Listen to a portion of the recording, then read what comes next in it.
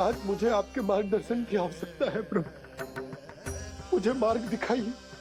बाबा और राजा होने की सुविधा में मैं बटा जा रहा हूं। मेरे इस धर्म की नौका जो झंझावात में फंस गई है,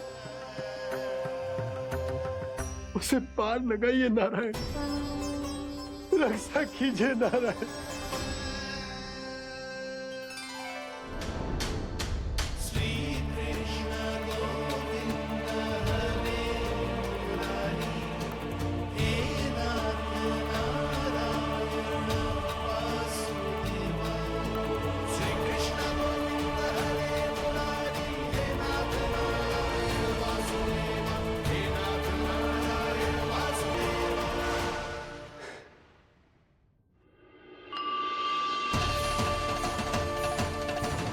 शालिग्राम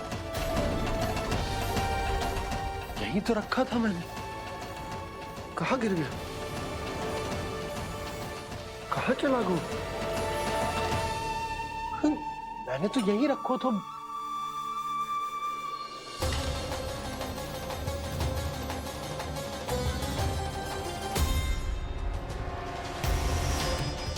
कान्हा, तू यहाँ क्या कर रहा है? शालिग्राम देखो तूने?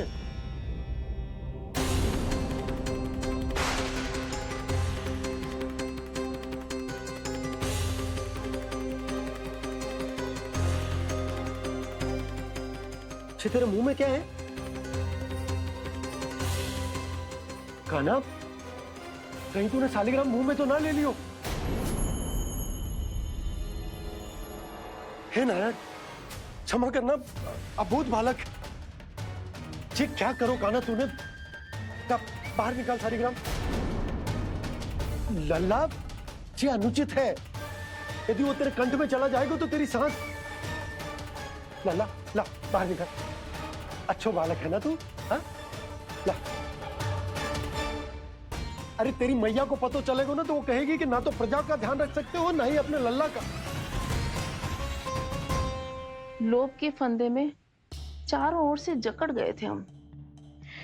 भविष्य के स्वप्न देखते देखते अपने जीवन का सबसे बड़ा भूल किया है हमने। यशोदा और नंद भैया ने आप सबको समझाने का कितना प्रयास किया था, और यहाँ तक कि छोटे कान्हा ने भी हमें कितना समझाया, लेकिन हमने उस दुष्ट व्यापारी को अपना सारा वचन दे दिया। मुझे तो सबसे पहले अपने घर में बिठा कर ही समझाया था उन दोनों ने। कही थी कि कोई किसी भी वस्तु का दुगना मूल्य क्यों देगो, पर मैंने उनकी एक भी ना सुनी। आप ही बताओ रोहिणी जी, अब किस मुंह से क्षमा मांगूंगी मैं जशोदा जी से? क्षमा मांगने की कोई आवश्यकता ना।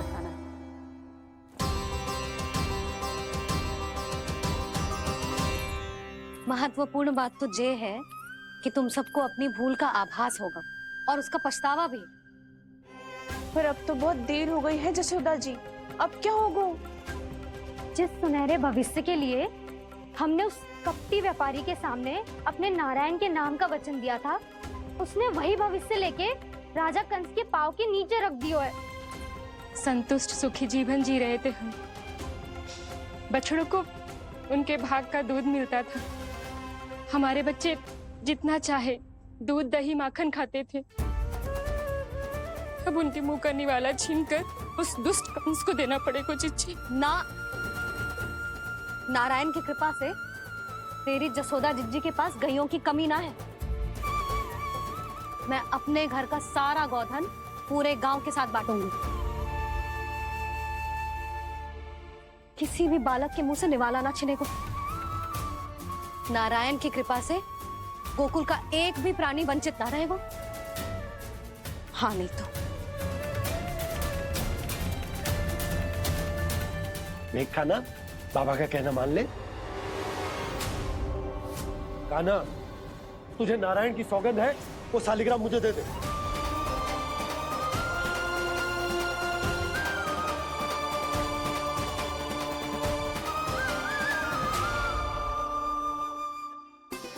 छे, क्या करो लल्ला तूने? ऐसे भी कोई कर तो है क्या लल्ला? मैं पहले से ही तुझे लेकर कितना चिंतित हूं। अच्छा पता है तुझे, क्षमा करना प्रभु।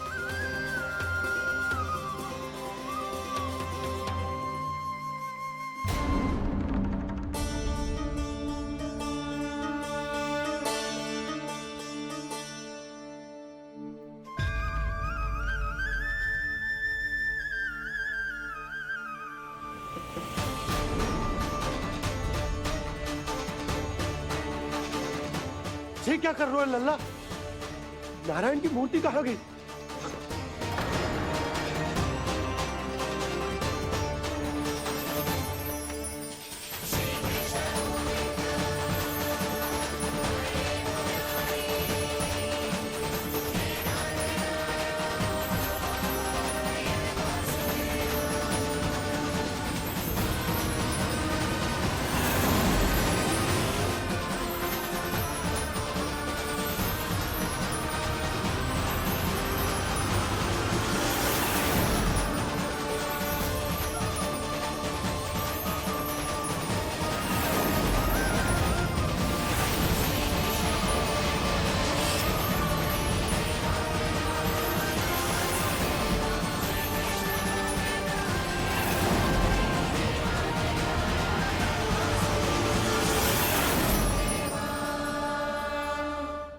मैंने ना कान्हा के मुंह में फिर से ब्रह्मांड देखो है।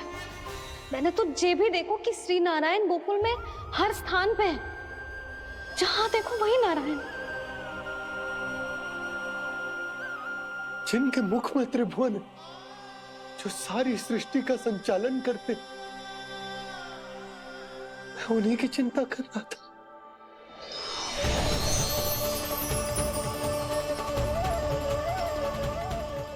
प्रभु, प्रभु, बाहर भी आप हैं और भीतर भी। मुझे क्षमा कर दो प्रभु, क्षमा कर दो। इस सांसारिक माया में आकर मैं भूल गया था जिनके पास सारी समस्याओं का समाधान है, जो किसी भी संकट को क्षण भर में समाप्त कर सकते, वो तो मेरे सामने ही।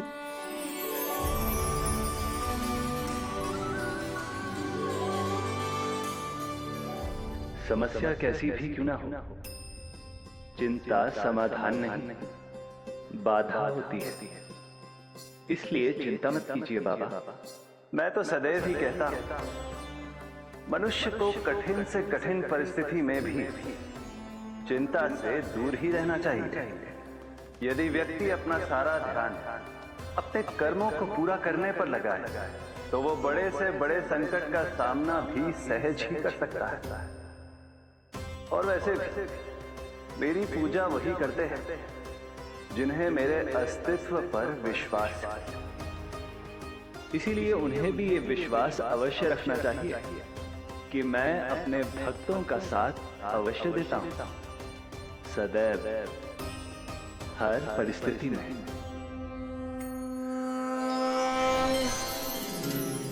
मैं आपके साथ ही हूँ बाबा।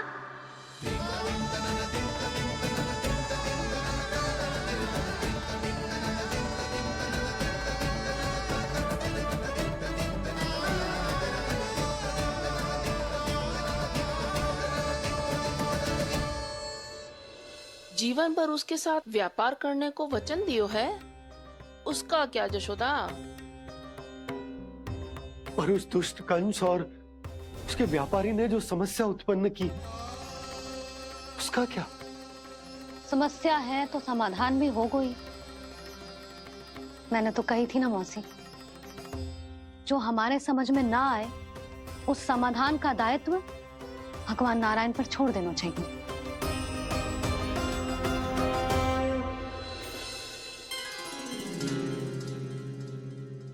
ये देखो,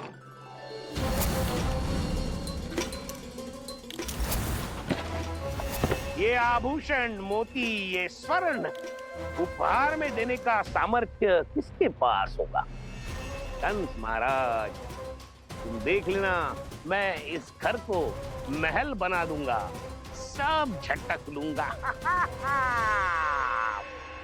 कान्हा, तुम तो अंतर्यामी हो, सब जानते। बताओ ना, कैसे मैं गोकुल वासियों की सहायता करूं? कोई उपाय सुझाओ। तुम्हारी ये रहस्यमयी मुस्कान बता रही है कि तुम्हारी लीला पहले से ही आरंभ हो चुकी है ना? अपने कर्मों का फल सभी को भोगना ही पड़ता है बाबा, चाहे वो अच्छा हो चाहे वो बुरा। तुम सभी चिंता मत ही करो। जो अन्य व्यक्तियों के साथ बुरा करते है ना, उसके साथ देर सवेर बुरा ही होता है। और जिस हाथ से उस षड्यंत्रकारी ने तुम सबका दूध दही माखन लियो है ना, जल जाएंगे वो हाथ, जल जाएंगे वो। दोनों पिता पुत्र का इसी से स्वागत करूंगा।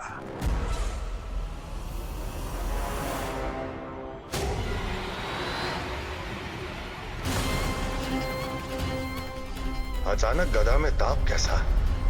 मेरे हाथ चल रहे हैं।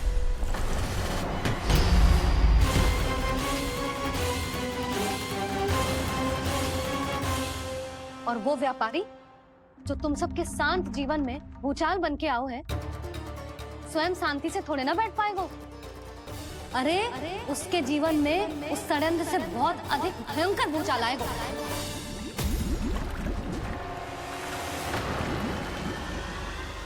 स्वामी, ये अपने आप कैसे बोलने लगा?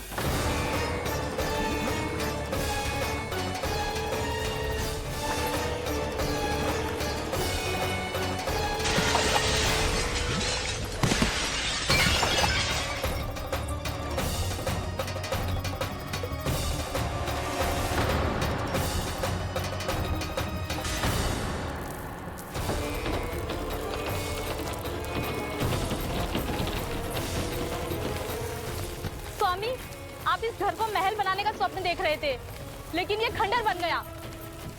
आप जिसके साथ मैत्री का संबंध स्थापित करके आए, वो कोई महान सम्राट नहीं, दुष्ट है।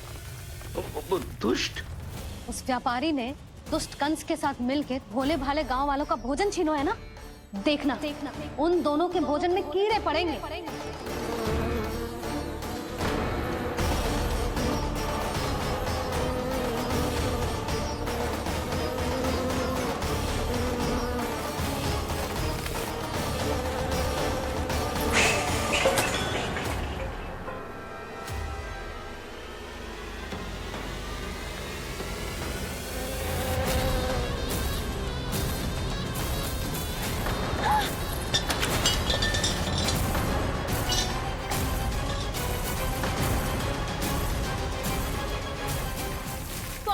घर गया, जीविका का साधन गया, अब क्या जाएगा हमारा जीवन?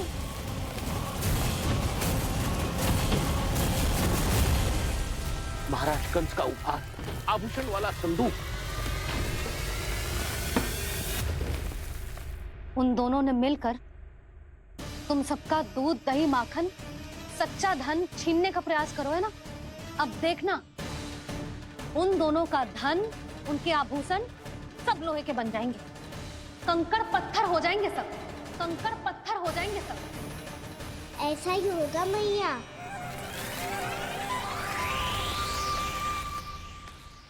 मेरे ग्राहक? लेकिन स्वामी, ये इतने क्रोध में क्यों दिखाई दे रहे हैं?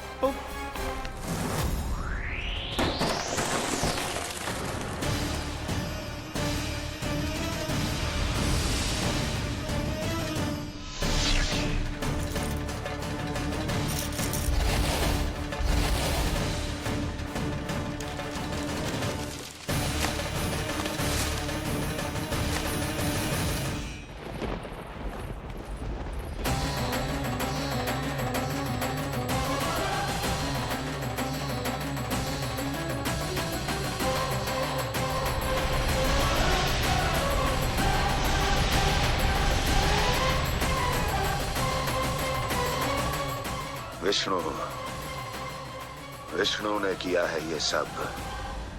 कंस ने जो किया है उसका दंड वो अवश्य भोगेगा, उसका दंड वो अवश्य भोगेगा, दंड वो अवश्य भोगेगा। किसने कहा ये? किसने कहा ये? किसने कहा? मैंने पूछा किसने कहा ये? तुम जिसे ढूंढ रहे हो वो मैं हूँ, विष्णु अवतार। क्या चाहता है तू? तुम्हारे युद्ध मुच्छेदा कंस और मेरे भोले भाले भक्तों को अपने जाल में फंसाकर तुमने सारी सीमाएं पार कर दी। अब जब तक तुम गोकुल के ग्वालों को अनुचित प्रकार के अत्याचार से मुक्त नहीं कर देते, तुम्हारा और अन्य सभी षड्यंत्रकारियों का सामर्थ्य, वैभव, बल सब कुछ नष्ट होता चली जाएगा और तब तक अपने पूर्व रूप में वापस नहीं आएगा जब तक तुम उन निर्दोषों को जीवन यापन का अधिकार लौटा नहीं देते।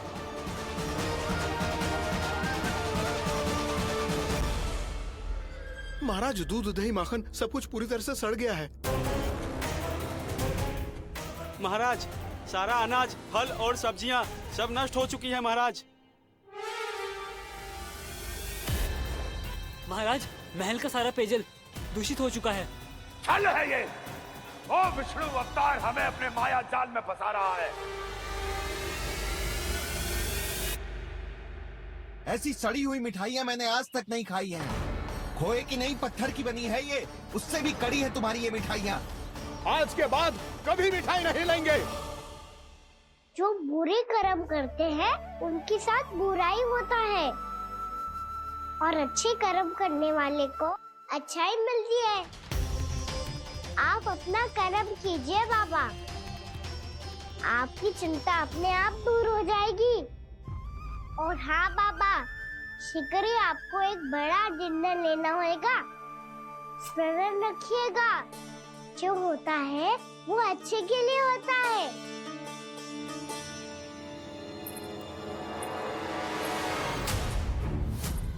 बाबा, मैया आ रही है, क्या करूं?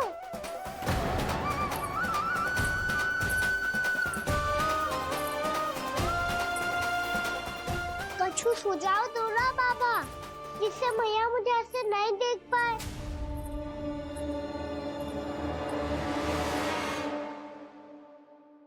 सुनो जी,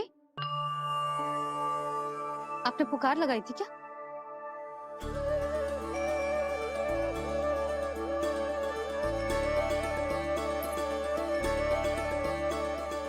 तुम मुस्कुरा क्यों रहे हो?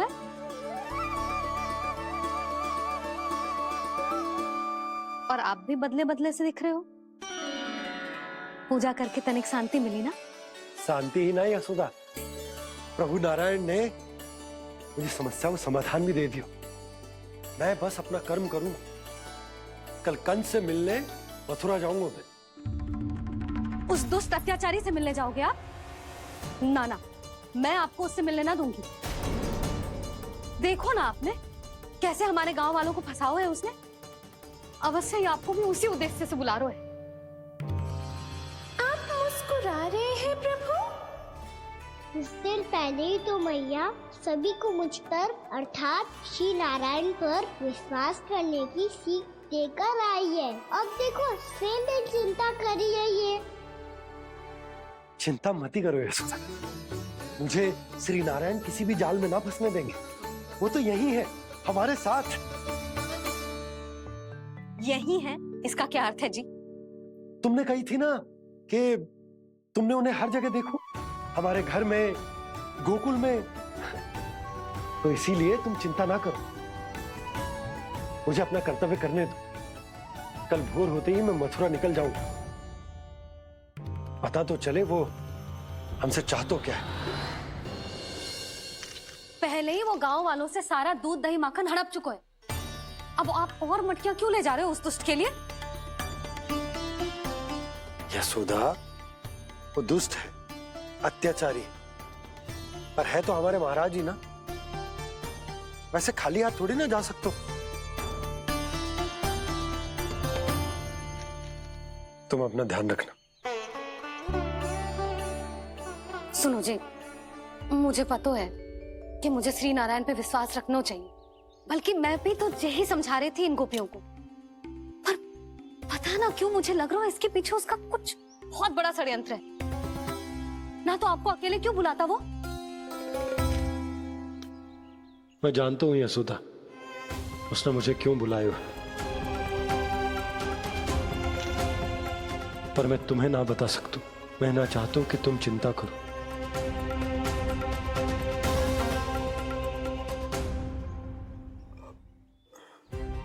राजा होने के नाते यदि मेरे कुछ करने से मेरी प्रजा का हित होता है तो मुझे वो करना पड़ेगा यशोदा, फिर चाहे वो मुझे कितना ही अप्रिय क्यों ना लगे। हे नारायण, मेरी दुविधा दूर करो।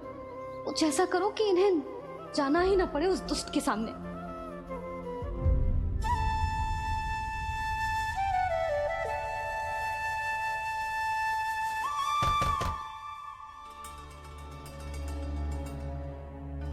जी इतनी सुबह कौन हो सकता है? मैं देखता हूं।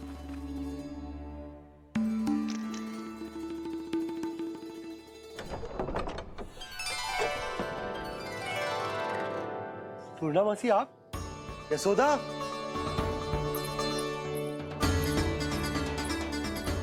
पूर्णा मौसी,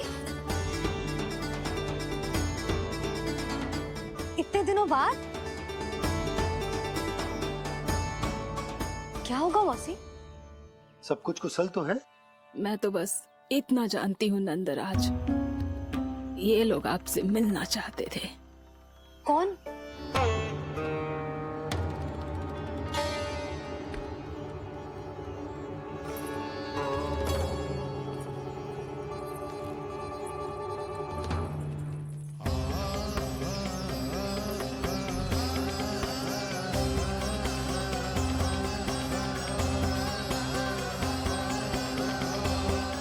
इतनी सुबह आप सब यहाँ?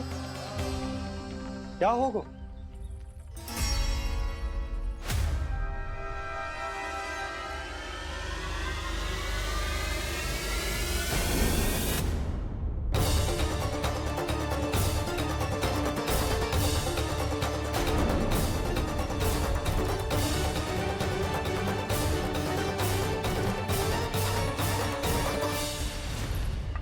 हमारे भोले भाले गोकुल वासियों को फंसाने के बाद यहाँ आने का साहस कैसे करो तूने? यशोदा! पूछो जी, पूछो इससे, ये क्या करो यहाँ?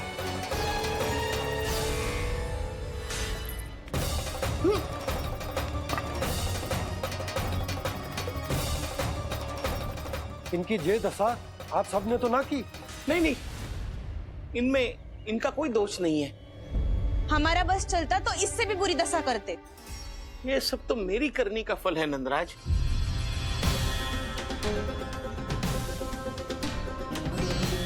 इसे इसके किए का दंड मिल गया है।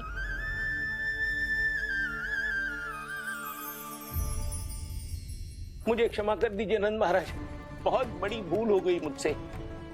मैंने इन सब गांव वालों को फंसाने का षड्यंत्र महाराज कंस के कहने पे किया था। वही मेरी भूल थी, मुझे क्षमा कर दीजिए महाराज। बहुत शीघ्र बुद्धि आ गई तुम्हें।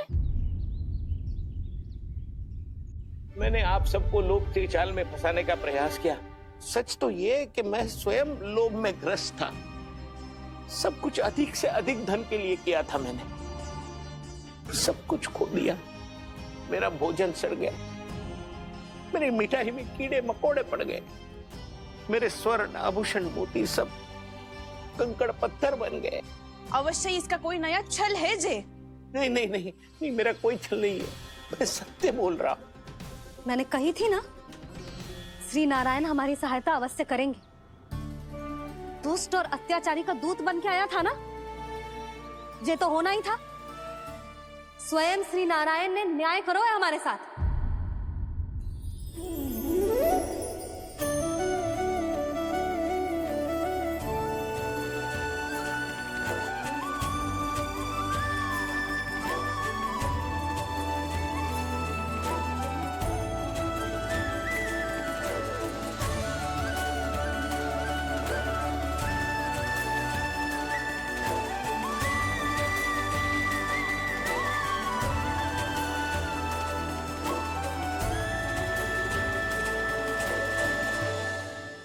आप बिल्कुल सही कह रही है। वैसे तो कर्मों का फल मरने के बाद मिल रहा है, लेकिन आपके श्री नारायण ने मुझे इसी जन्म मेरे कर्मों का फल दे दिया, कर्मों का दंड दे दिया। आपका बहुत बहुत धन्यवाद श्री नारायण। बहुत कृपा की हो आपने, पर इसका अर्थ ये ना है कि हम सबने आपको क्षमा कर दियो है। मैं यहाँ क्षमा के लिए नहीं आया हूँ नंदरानी। तो फिर किस लिए आए हैं? मैं तो इन भोले भाले गोप गोपियों को इनकी शपथ से मुक्त कराने आया हूँ। पर इन सब ने वो शपथ अपनी इच्छा से ली थी, आप उसे कैसे मुक्त करा सकते हो? और एक शपथ दिलवाकर।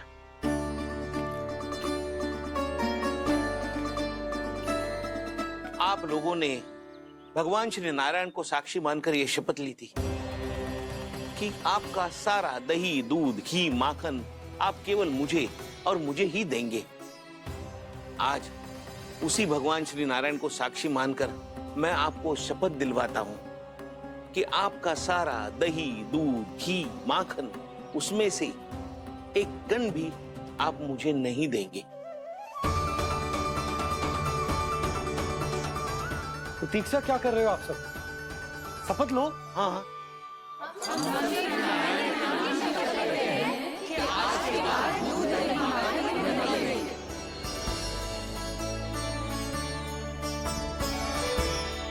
जशोदा जी, आपने सही कही थी। हम बस श्री नारायण पर विश्वास रखें तो सारे कार्य सज जाते हैं। मुझे आशा है कि व्यापारी जी की तरह आप सबको भी अपनी शिक्षा मिल गई होगी। हाँ नंदराज, अब हमें अपनी भूल से सीख मिल गई है। अब हम कभी भी किसी के लोभ के जल में ना फंसेंगे। जब यहाँ आभास हो जाए वहाँ भूल हुई है तो उसे मान के सीख लेनी चाहिए। हाँ हाँ, इस घटना से मुझे भी सीख मिल गई है। मैं भी जो शपथ लेती हूँ कि आज के बाद सारा का सारा दूध, दही, माखन, इस पर सबसे पहला अधिकार गाय के बछड़ों पर ही होगा। सीख समझ सभी ने जैसे ही ली शपथ कि अब लोभ करेंगे ना हानि से भी अधिक मिला है, माखन बह रहा देखो कृष्ण लीला, देखो कृष्ण लीला।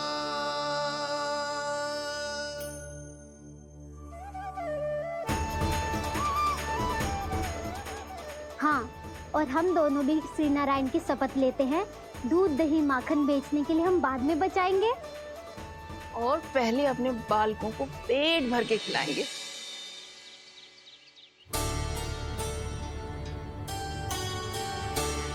भैया, दादी, शीघ्र चलो।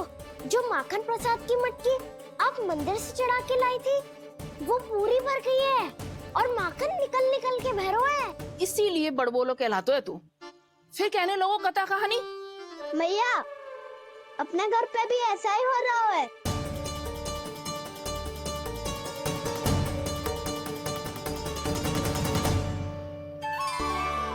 यशोदा, वो देख तुम्हारी माखन की मटकियां।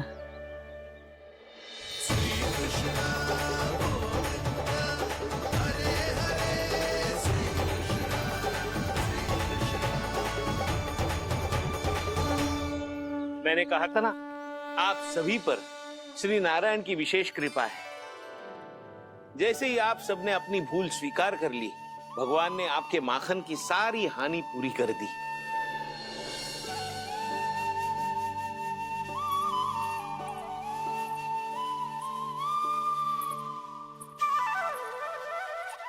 यशोमती मैया की नंद लाला, यशोमती मैया की नंद लाला, यशोमती मैया की नंद लाला।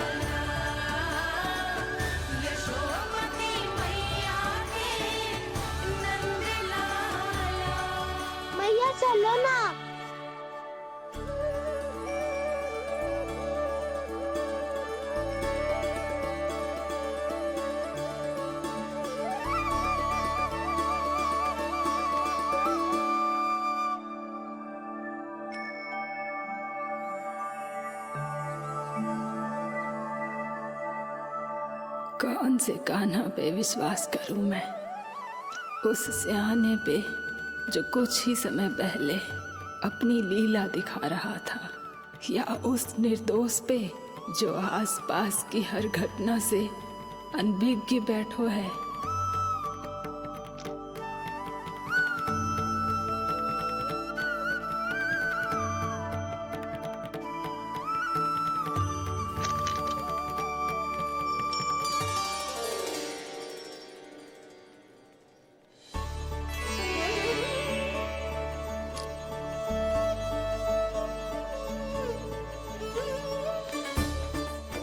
तो क्या इसका अर्थ ये है कि जब हम अच्छा कर्म करते हैं तो हमें पुण्य लाभ होता है, और जब हम बुरा कर्म करते हैं तो हमारी हानि होती है, हम पराजित हो जाते हैं?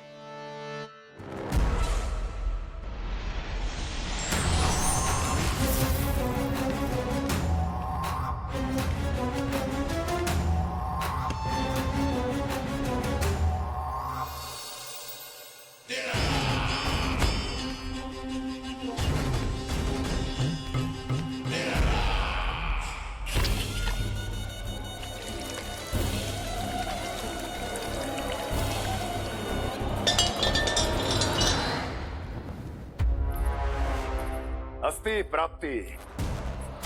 मैंने कहा था ना, ये सारी माया उस विष्णु अवतार की है। अरे वो तो इतना भी शक्तिशाली नहीं है कि अपनी ही माया का प्रयोग पर्याप्त समय तक कर पाए और मुझे पराजय स्वीकार करने पर विवश कर पाए।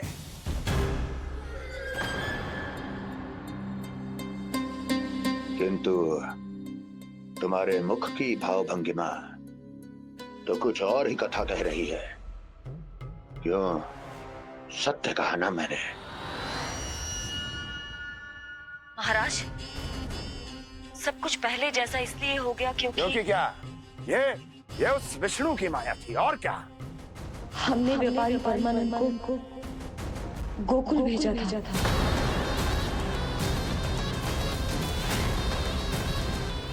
ताकि वो गोकुल वासियों को अपने साथ व्यापार करने के वचन से मुक्त कर सके।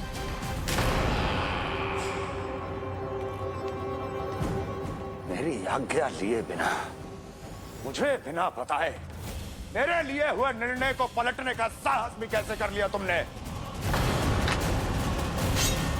हमने आपकी ही विचारधारा का अनुसरण किया है महाराज।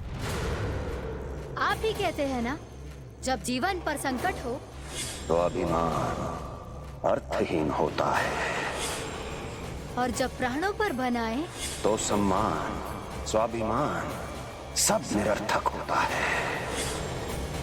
भूख और प्यास से आप तो दुर्बल हो ही जाते महाराज, पर आपकी सेना और सेवक अपने प्राण बचाने के लिए आपसे दूर हो जाते।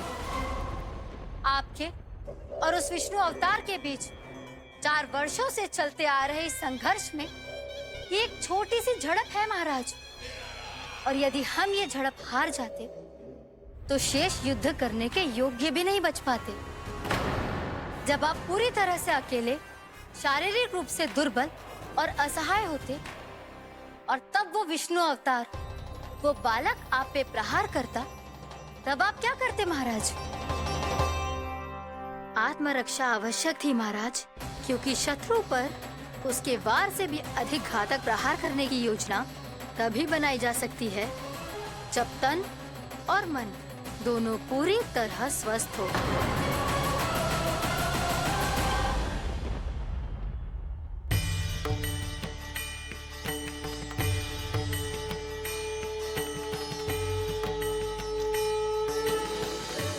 सच्ची बताओ, ये सब आप ही ने क्यों है ना?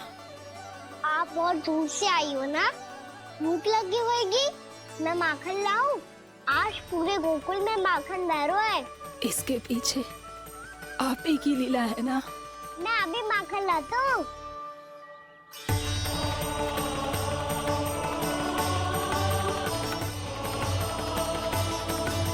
ये लीजिए।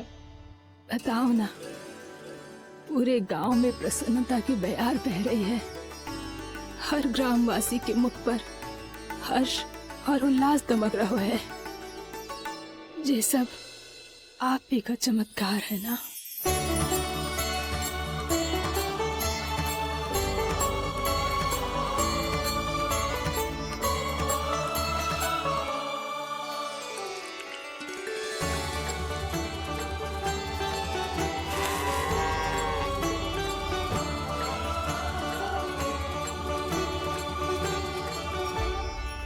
बताओ प्रभु, ये महिमा आप ही की है ना नारायण? ठहरो, मैं आपके हाथों से खिलाऊंगा आपको।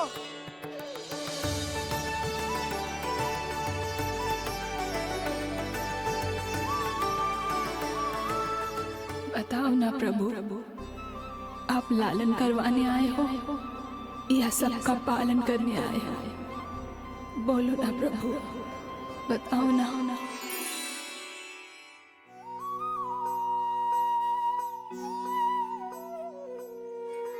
आए हो लालन करवाने या पालन करने आए हो, या जगपाला बन नंद लाला मन को हरने आए हो।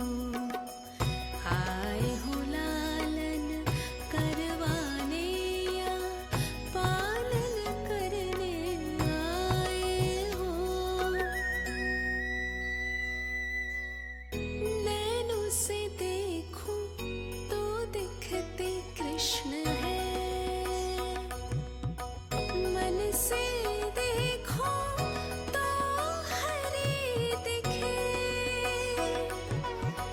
अपनी इन लीलाओं के कारण सबके मन हो बसे।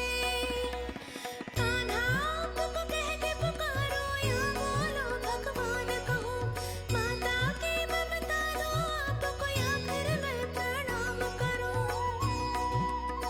प्रेम में सबको आए रमाने, या रमने चले आए हो। आए हो लालन करवाने या पालन करने आए हो, या जगपाला बन नंद लाला मन को हरने आए हो। मन को हरने आए हो।